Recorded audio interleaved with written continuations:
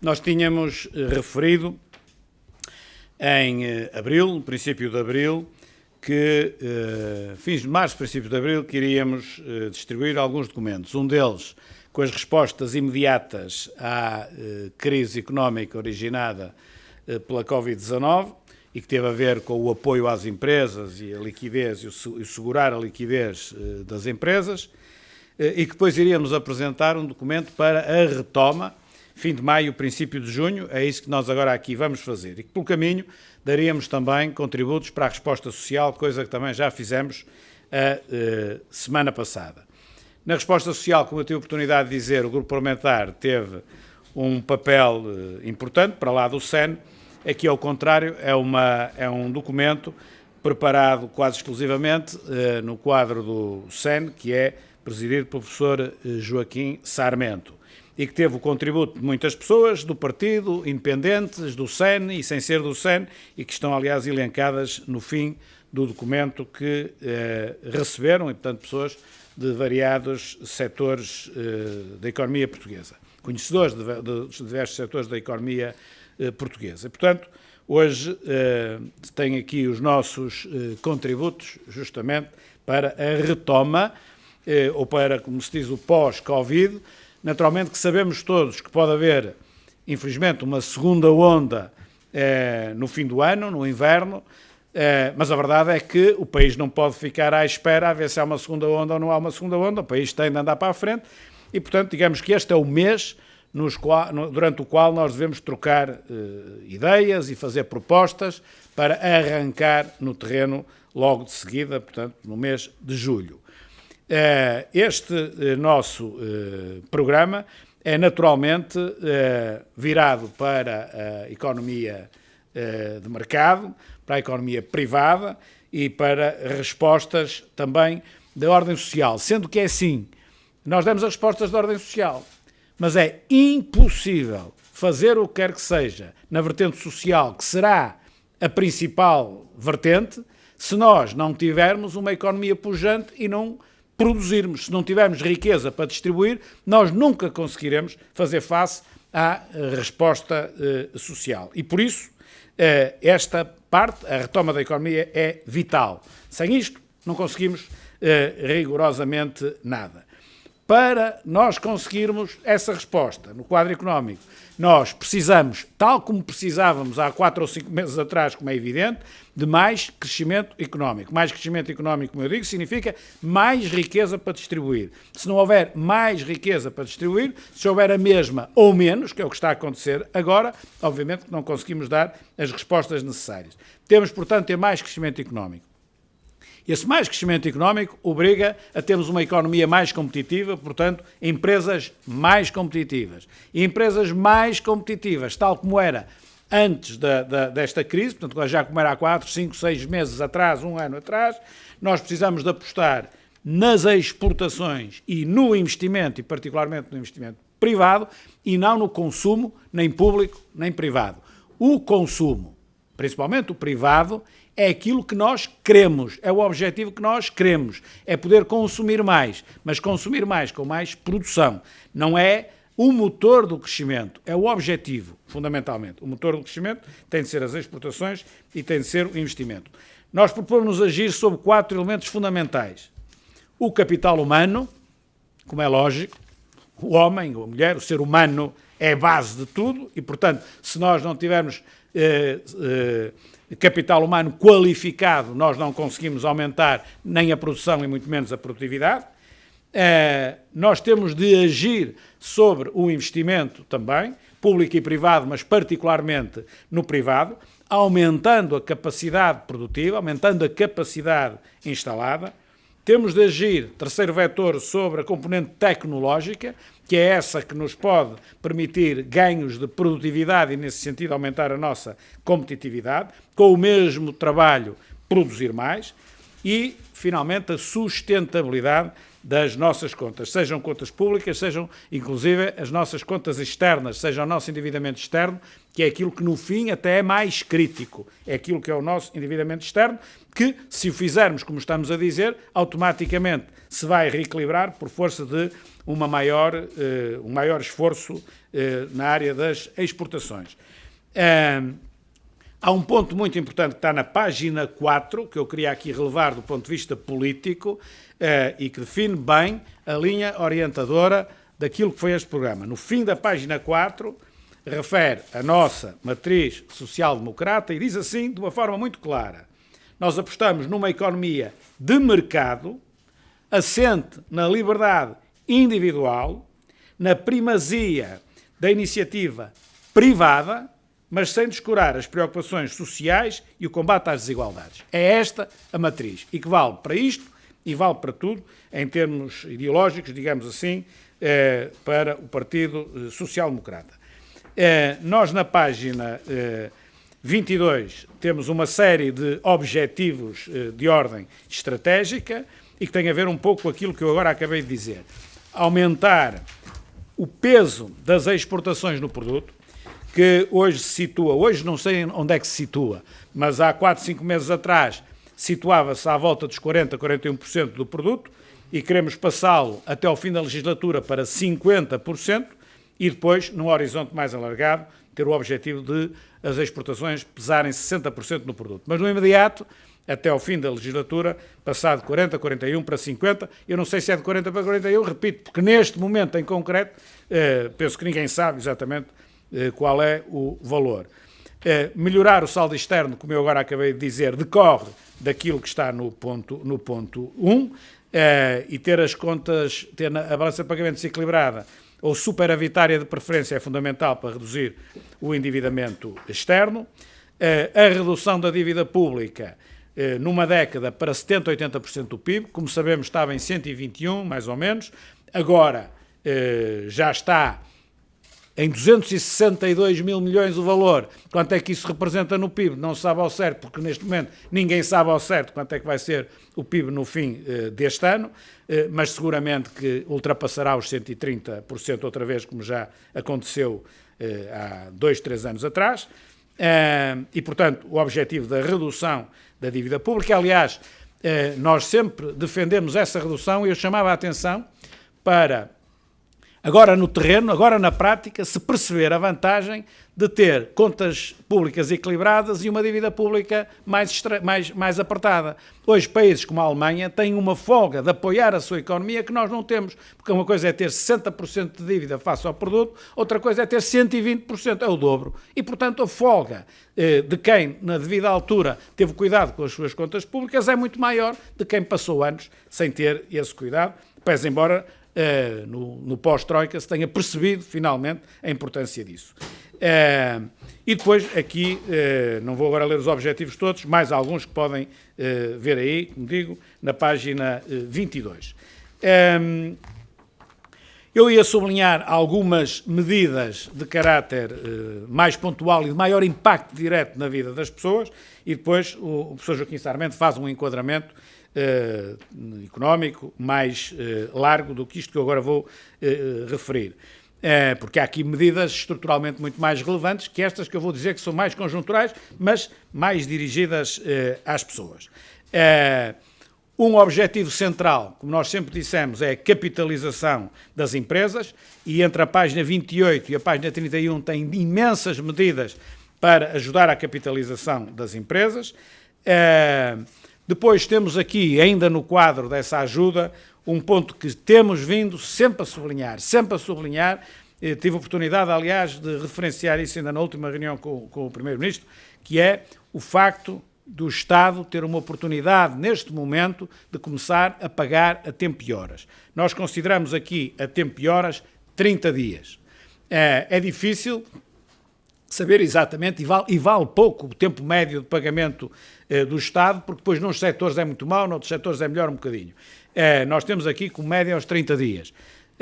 Isto pode não se conseguir, normalmente não se consegue no imediato. Por acaso, nestas circunstâncias atuais, o Estado quase que o conseguia no imediato.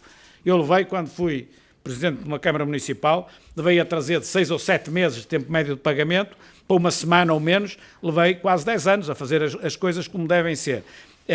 Aqui é mais fácil, dada a situação que nós vivemos. E, portanto, é fundamental que o Estado pague a tempo e horas aos seus fornecedores, que seja uma pessoa de bem, que pague aquilo que deve e não ponha os fornecedores à espera muito tempo. E isto significa, nesta altura, uma ajuda às empresas que têm dificuldade de liquidez. Depois há aqui diversas medidas ligadas à questão das rendas comerciais. E nós propomos que durante o período de confinamento, portanto, o período em que as empresas têm de estar fechadas, umas mais, outras menos, haja uma redução de 30% das rendas, mas por contrapartida, nos 70% que o senhorio recebe, se houver um corte de 30%, o senhorio recebe 70%, o senhorio não paga os 28% de IRS sobre esses 70%, o que torna a medida praticamente neutra para o senhorio, é o Estado a arcar com praticamente tudo, sem um corte de 30% e o IRS é de 28%, é praticamente o Estado a arcar com tudo.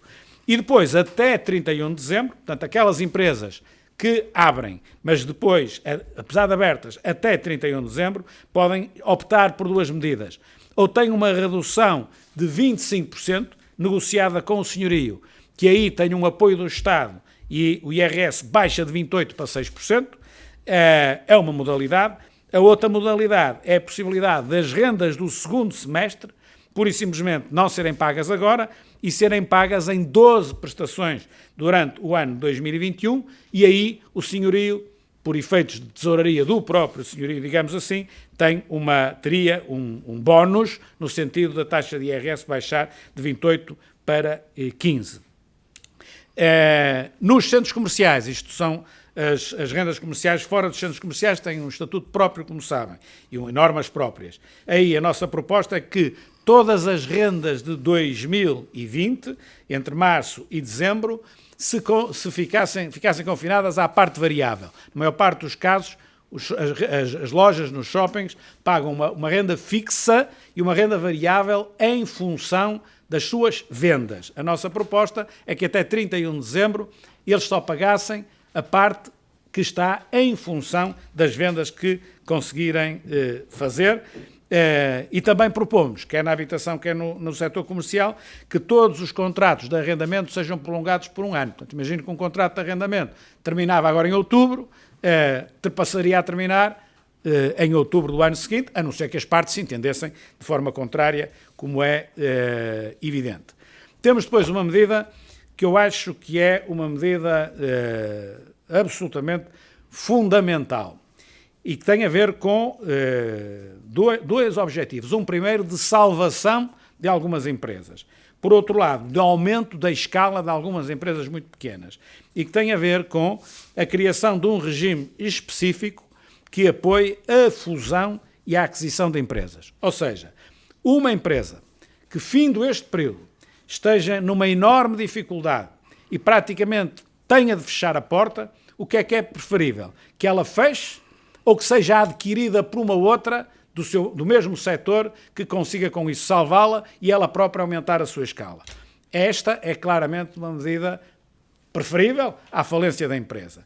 E, portanto, se nós, por via da desburocratização do processo e por via de incentivos fiscais, fomentarmos essa aquisição ou fusão de empresas, nós estamos a permitir que muitas não fechem, por um lado, e por outro, que a nova empresa possa até ter uma escala superior e, nessa medida, ganhando economias de escala, possa ser mais competitiva. Portanto, esta medida eu considero, elas são muitas, mas eu, se puder votar por gosto próprio, é uma das que eu ponho à frente, que considero muito relevante. Depois, temos também aqui diversas ideias para um programa de captação de grandes investimentos estrangeiros. Uma coisa é a captação de investimentos estrangeiros. Nós precisamos de investimento. Ponto. Nós não temos capital nacional suficiente para aquilo que necessitamos. Nessa medida, precisamos de investimento estrangeiro. Mas dentro do investimento estrangeiro, nós podemos ter investimento em pequenas e médias empresas ou podemos aspirar a, para lá disso, ter grandes investimentos públicos, exemplo do que foi, por exemplo, a Auto Europa, que foi vital para a zona de Setúbal, que eu me relembro bem, no início dos anos 90, nos anos 80, mais nos anos 80, ter uma crise social brutal e taxas de desemprego absolutamente brutais. A Auto Europa foi fundamental na altura. E, portanto, aqui é a mesma coisa. Se nós conseguirmos captar 1, 2, 3 grandes investimentos como a Europa, nós mudamos completamente o perfil da economia portuguesa e particularmente da nossa balança de pagamentos.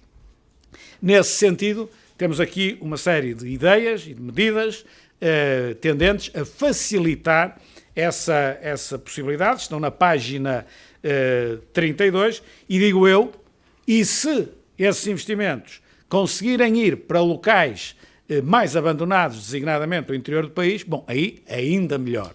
Seria vital para o futuro do país.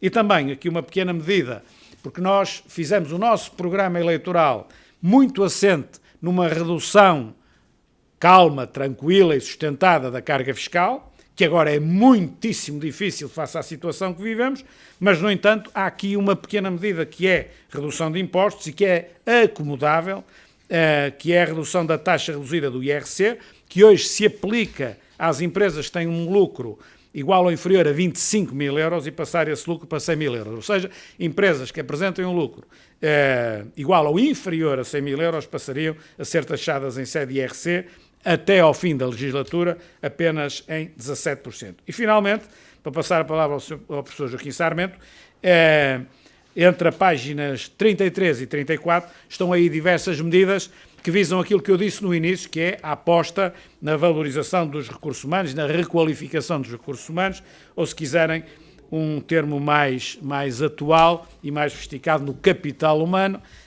Estão aí diversas medidas de apoio justamente à formação, seja a formação no sentido de ganharem melhor e maior formação naquilo que fazem, seja a formação no sentido de se reconverterem face à elevada taxa de desemprego que temos neste momento e à reconversão que muitos desses trabalhadores que neste momento estão no desemprego terão de fazer para adquirir um novo emprego. Portanto, também não vou agora especificar por aí as medidas todas, mas é aí que encontram as medidas de apoio ao capital humano. E pedi então agora ao professor Joaquim Sarmento que desse a sua explicação sobre as medidas. Muito bom dia a todos, muito obrigado. Permitam-me, em primeiro lugar, agradecer às pessoas que ajudaram a coordenar este documento e cujo nome, por ordem alfabética, encontra-se no final do documento, mas também às muitas dezenas, quiçá até mais do que uma centena, de pessoas com quem falámos e com quem todas estas pessoas que ajudaram a coordenar o documento falaram, empresários, gestores, economistas, pessoas da academia, pessoas da administração pública, procurámos falar com muita gente e também agradecer as centenas de contributos que recebemos por e-mail no SEN de muita gente pelo país. Nós procurámos analisar todos esses contributos com a equipa que o SEN já constituiu e procurámos usar ao máximo toda essa massa crítica que nos foi chegando e, portanto, a todas essas pessoas que contribuíram, o nosso muito obrigado e estamos, obviamente, vamos continuar a trabalhar e, portanto, contributos que nos cheguem de futuro vão também, obviamente, ser analisados e poderão ser úteis para este trabalho. Como o Presidente do PSD referiu, no meados de março, quando a crise da Covid-19 se iniciou, nós identificámos duas fases. A primeira fase, meados de março até agora, era uma fase onde a prioridade era para as empresas a liquidez e o crédito e para as famílias a manutenção dos rendimentos.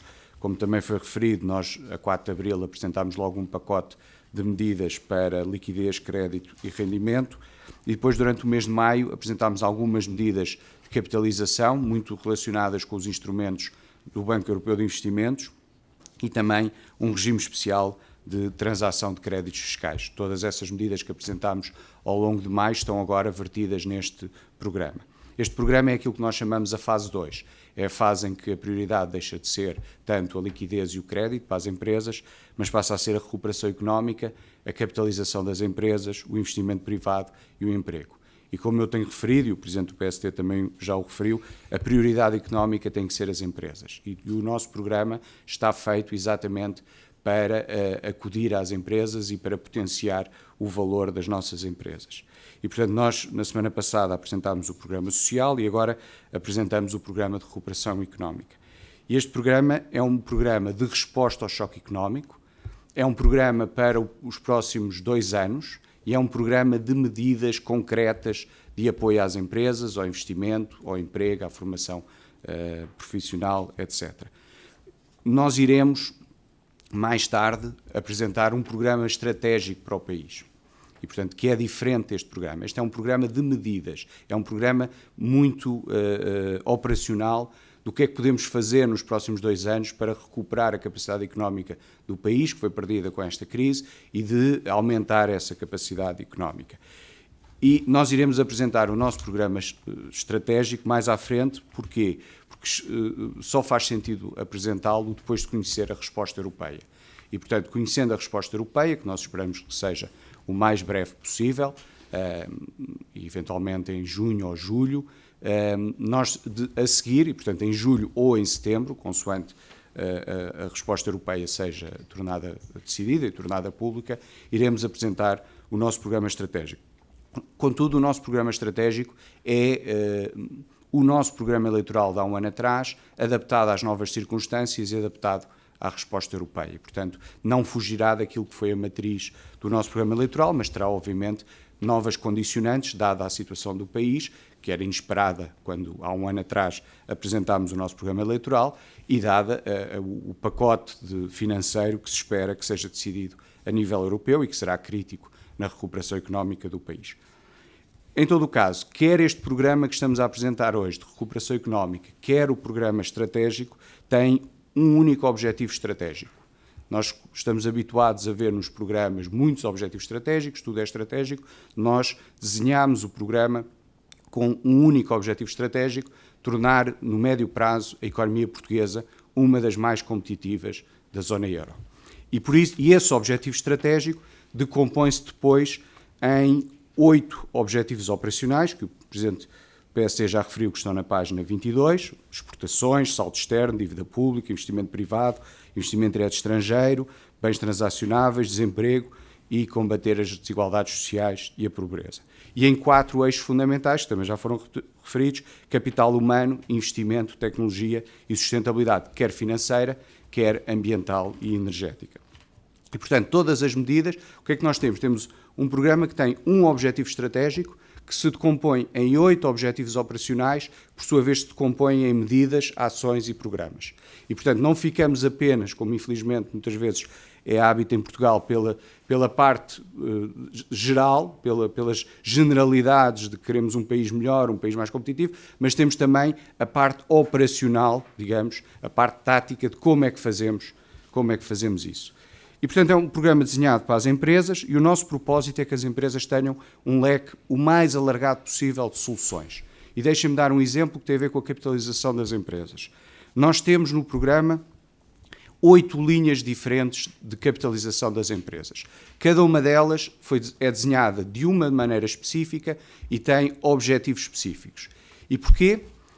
Porque o que é preferível? É preferível ter apenas uma ou 2 soluções e obrigar as empresas a encaixarem-se nessa solução, ou é preferível ter um leque alargado de soluções e depois cada empresário escolhe a solução dentro desse leque que melhor se adapta ao seu negócio e que melhor se adapta à situação financeira da sua empresa. E, portanto, não queremos as empresas a encaixar-se nas soluções, queremos as soluções a encaixar-se naquilo que as empresas precisam.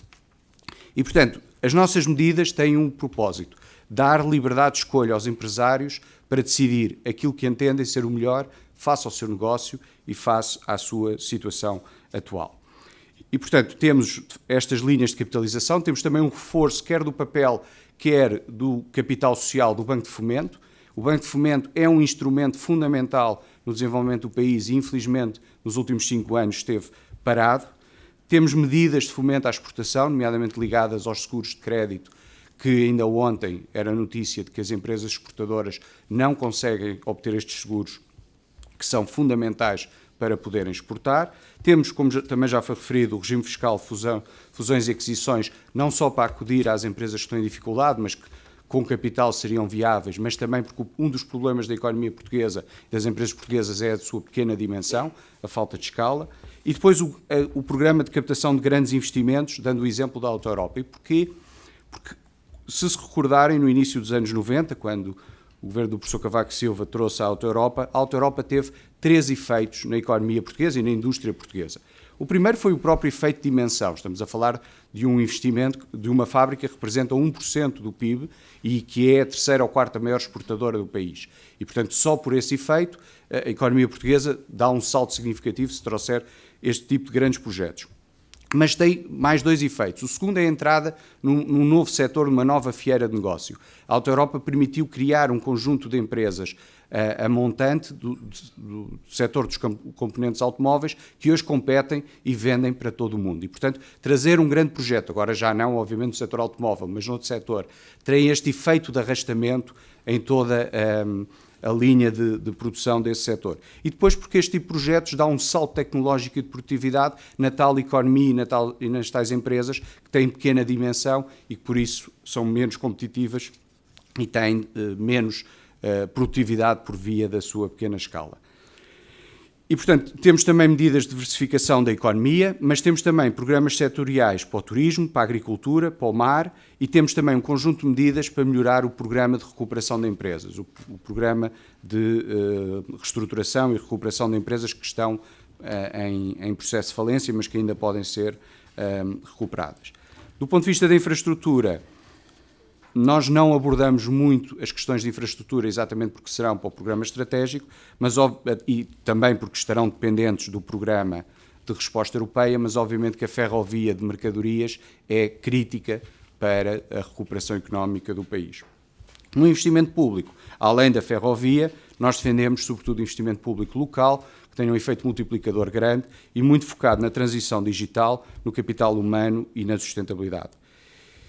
E, por último, o Programa de Recuperação Económica, a que iremos adicionar depois a resposta europeia e o Programa de Estratégia, pressupõe duas coisas. Uma reforma profunda do Ministério da Economia, do papel da AICEP, do IAPMEI e do Banco de Fomento, e pressupõe também, nós deixamos como sugestão, a criação de uma entidade específica para a gestão deste programa. E essa entidade seria um bocadinho como a Exame foi no Memorando de Entendimento. Se recordarem, em julho de 2011 foi criada a Exame, dirigida então pelo Carlos Moedas, que era secretário de Estado na dependência direta do Primeiro-Ministro, e nós achamos que esse modelo funcionou bem na implementação do programa do Memorando de Entendimento com a Troika, e portanto sugerimos que o Programa de Recuperação Económica e o Programa de Resposta Europeu sejam coordenados a este nível, na dependência direta do Primeiro-Ministro, com uma unidade de missão específica, de médio prazo, e que seja dotada dos meios humanos e tecnológicos para poder organizar e coordenar todo este esforço que o país vai ter que fazer nos próximos anos. Muito obrigado. Muito bem. Alguma questão?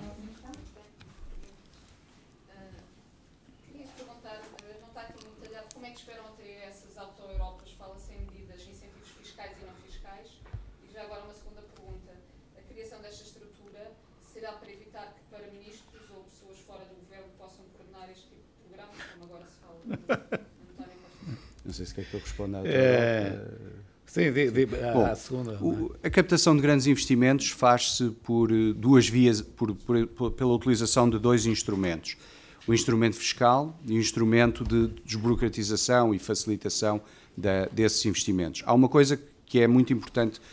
Esses investimentos têm que ser auto-Europas e não LACEDAs. O que é que eu quero dizer com isto? Têm que ser sustentáveis e não podem depender de financiamento bancário nacional, sobretudo a Caixa Geral de Depósitos, que foi o que aconteceu no LACEDA. O investimento não era sustentável e por isso teve que ser a Caixa Geral de Depósitos a financiá-lo e hoje estamos a pagar esses prejuízos nas imparidades da Caixa e no reforço de capital social que foi necessário fazer na Caixa. E, portanto, temos que atuar ao nível da AICEP, do IAPMEI e do Banco de Fomento para encontrar um conjunto de mecanismos, ir atrás dos investidores e oferecer-lhes um pacote entre incentivos fiscais e incentivos não fiscais que não inclui financiamento e procurar atraí-los para Portugal. O financiamento tem que ser da responsabilidade do privado, obtendo ele através de capitais próprios e capitais alheios, mas em banca comercial, por assim dizer. E, portanto, há várias... enfim, a AICEP tem algum histórico de trazer esse tipo de investimentos. Temos, mais uma vez, o exemplo da Auto Europa, embora, obviamente, hoje as condicionantes sejam diferentes, mas há vários instrumentos. O que é preciso é um programa específico que identifique os setores, identifique quem são os players e depois ir junto dos players procurar atrair esse investimento. Sim, esta resposta do professor Joaquim Sarmento tem depois pormenorizada na página 32, Exato. 32 e 33, não é, Sara? Página 32 e 33 tem depois essa parte especificada. Agora, se me permite, sobre Sim, a sua sim. segunda questão, a nossa ideia da exame é que não basta desenhar o programa, é preciso depois executá-lo e executá-lo durante os próximos anos.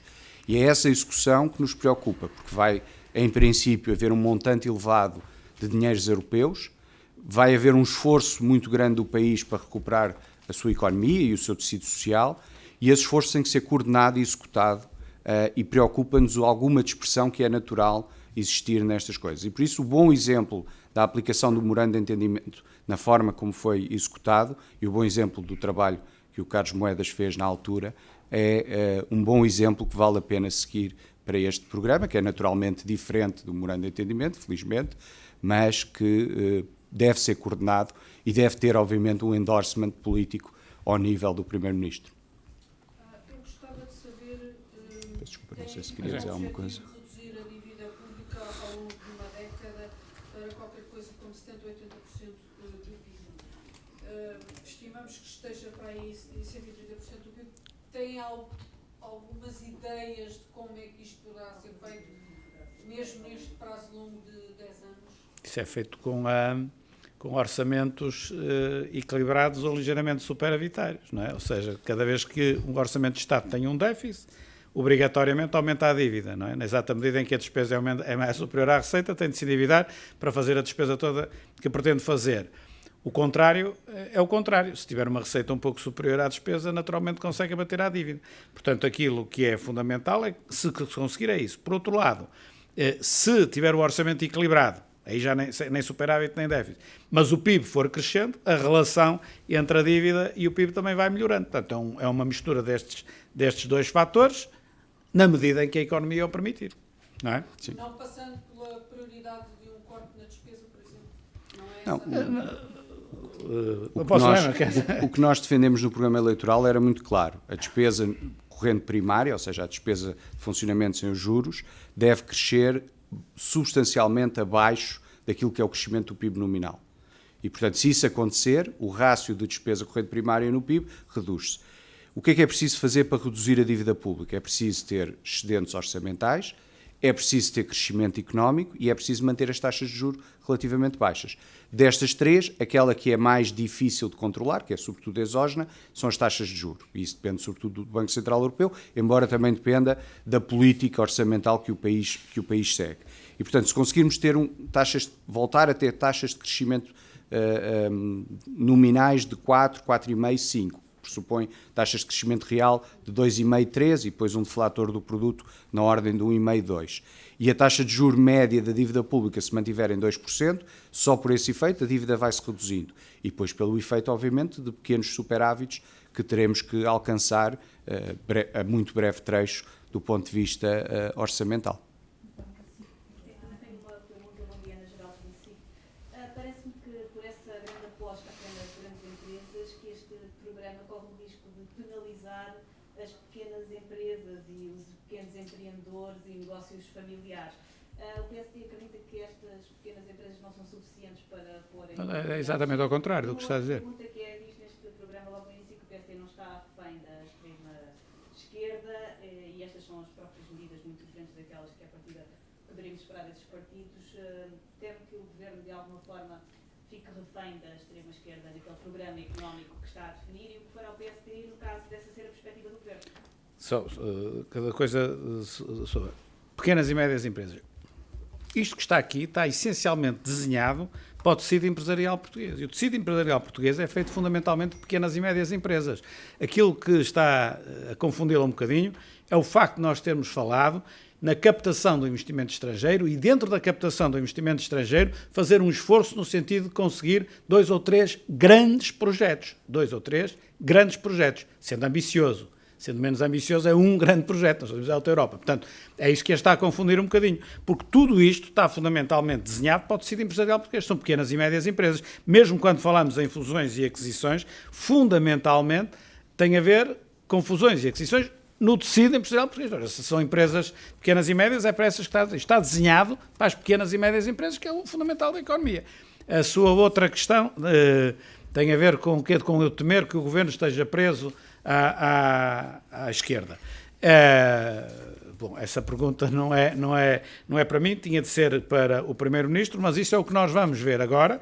O Governo vai também ele apresentar um programa, já foi noticiado ainda recentemente e já fez o Primeiro-Ministro a auscultação sobre isso, mais na vertente social, mas também na vertente económica, e depois é que vamos ver aquilo que é o output final dessa reflexão do Governo, se é mais apostado na economia pública, chamemos-lhe assim, ou se é mais apostado nas empresas.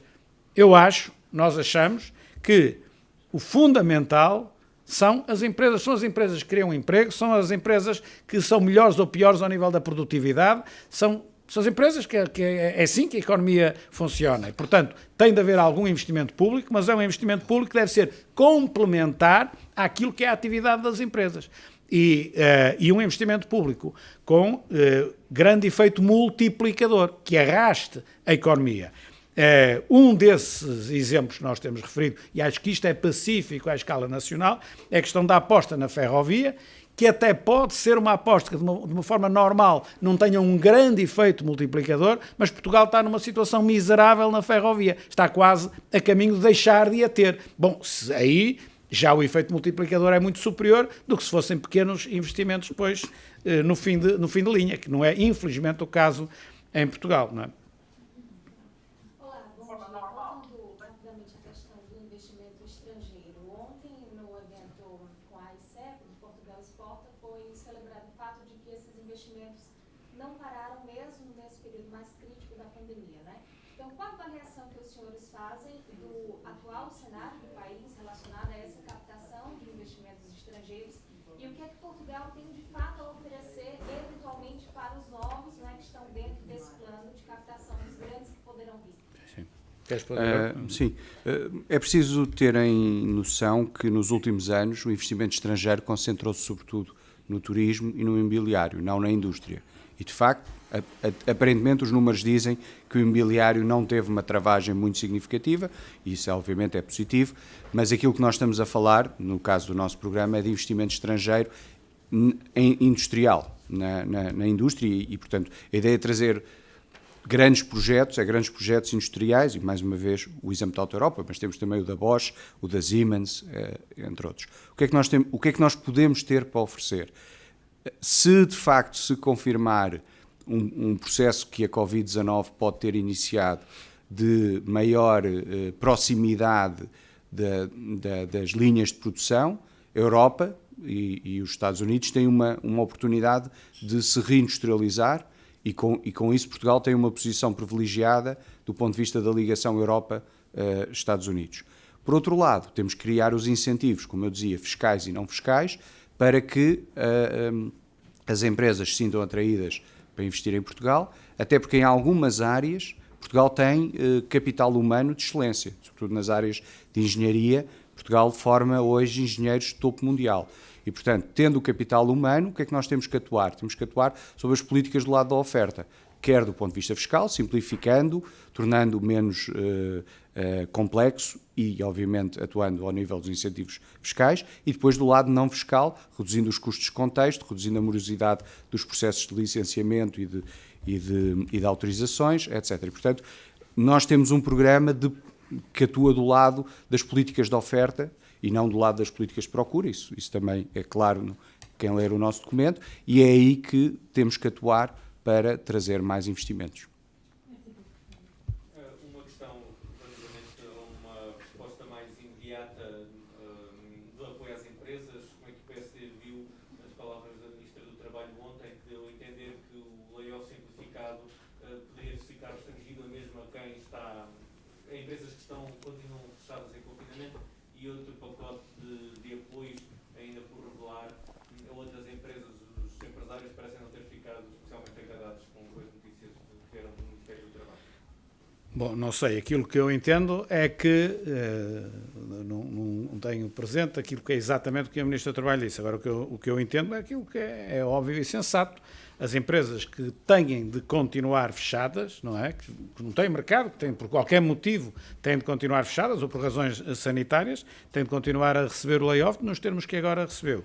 E depois recebem. E depois temos de contemplar aquelas que, dado a exiguidade do mercado neste momento, não podem trabalhar com todo o seu capital humano. Portanto, basta-lhes uma parte dos seus trabalhadores para fazerem face àquilo que é a procura que existe para os seus produtos. Esses outros trabalhadores, digamos, outros que podem ser os mesmos através de uma situação de rotatividade. A empresa aí tem naturalmente de ter apoio também, senão a empresa nessa situação fecha, não é? É pior. É o prolongamento da situação que vivemos desde março, não é? Agora, se isto se encaixa exatamente naquilo que era o espírito que a Ministra disse, ou que eu não sei, não é? Mas é isto que eu acho que deve ser. Eu penso que temos a TSF connosco via Zoom. Bem, naturalmente. Doutor Rui Rio, não sei se me está a ouvir Sim, diga. em condições. Estou. Começava por lhe perguntar, começava e terminava por lhe perguntar se tem ideia do custo total destas propostas que apresenta aqui. Estas propostas, principalmente a escala delas, algumas não têm custo nenhum, são políticas que não têm reflexo na vertente financeira. Aquelas que têm reflexo na vertente financeira têm de ser conjugadas de forma a equilibrar aquilo que são as capacidades orçamentais e, fundamentalmente, aquilo que vier a ser não só o bolo global da ajuda europeia, como a distribuição em termos de objetivos dessa mesma ajuda europeia. Portanto, a ajuda europeia há de vir condicionada e esse condicionado em termos de utilização, e esse condicionamento tem naturalmente de ser atendido quando depois nós formos revelar e desenhar a escala de cada uma destas medidas. Não sei se quer complementar alguma coisa. Em todo o caso, nós temos algumas medidas que têm de facto impacto orçamental, por exemplo, a redução do IRS das rendas, a redução do IRC para as pequenas e médias empresas até aos 100 mil euros de lucro. Temos algumas medidas que de facto têm impacto orçamental. Nós estimamos para estes 2 anos, portanto 20 e 21, um impacto orçamental em termos de déficit em torno de 0,5% do PIB e em termos de dívida pública em torno de 1% do PIB. Porque esta diferença? Porque há uma medida que é o reforço do capital do Banco de Fomento, que passaria de 100 milhões de euros para 1.000 milhões, portanto 900 milhões de reforço. Esses 900 milhões não vão ao déficit, mas vão à dívida pública, pelas regras do Eurostat. E, portanto, tendo em consideração a quebra do PIB de 7%, que é os números que o Governo já apresentou, nós estimamos um impacto orçamental ao longo dos 2 anos de 0,5% no déficit e de 1% na dívida pública. Tenho só uma última questão, que é, relativamente à captação de investimento, existem várias limitações europeias relativamente a investimento, até por causa de offshores, etc.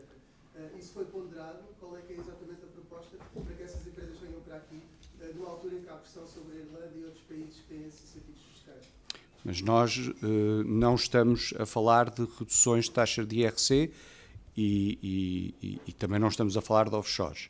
E, portanto, aquilo que nós estamos a falar é de mecanismos que existem e que são conciliáveis com o direito europeu e com a questão dos auxílios de Estado, quer fiscais, quer não fiscais, para a atração de investimento. E a verdade é que, se concretizar aquilo que tem sido discutido nestes últimos 3 meses, do chamado nearshoring, isto é, de reaproximar as linhas de produção e de abastecimento das empresas, a própria União Europeia terá de se tornar mais flexível nas regras de auxílio de Estado. Mas aquilo que nós temos aqui não viola qualquer regra de auxílio de Estado que exista hoje na União Europeia.